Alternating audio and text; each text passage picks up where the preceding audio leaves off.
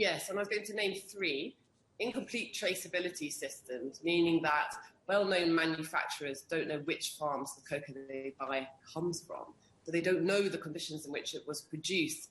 So if they don't know, how can they help to even ameliorate those conditions? Extraordinary. A major investigation by the Washington Post found that, for example, Mars can only trace 24% of its cocoa back to farms, and Nestle not even half. So that's obviously a significant factor. Secondly, poverty, which pushes children into risky work to support families. And then finally, wholly inadequate certification schemes that merely really serve to falsely, I would say, reassure customers that conditions are good, rather than actually rooting out and addressing the systemic issues that underpin child exploitation and slavery.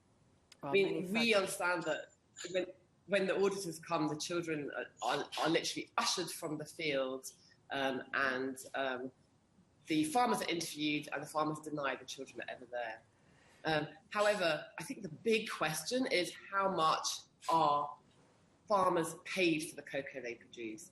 If they're not paid enough to provide decent labour to support crop production, then at best they are less likely to refuse exploitative labour. And at worst, Joanna, I'm going to have to jump in here because the quality is not great. I mean, you hear about the trafficking of kids from other countries to do this. Obviously, poverty is a factor, and many families say that they need their children to work for them. But, you know, Africa is known to be a dumping ground. I mean, it's really hard to get any sort of measures in place which stop big companies from coming in and pretending that they don't know what is going on. So we should think about this next time we reach out and buy that chocolate.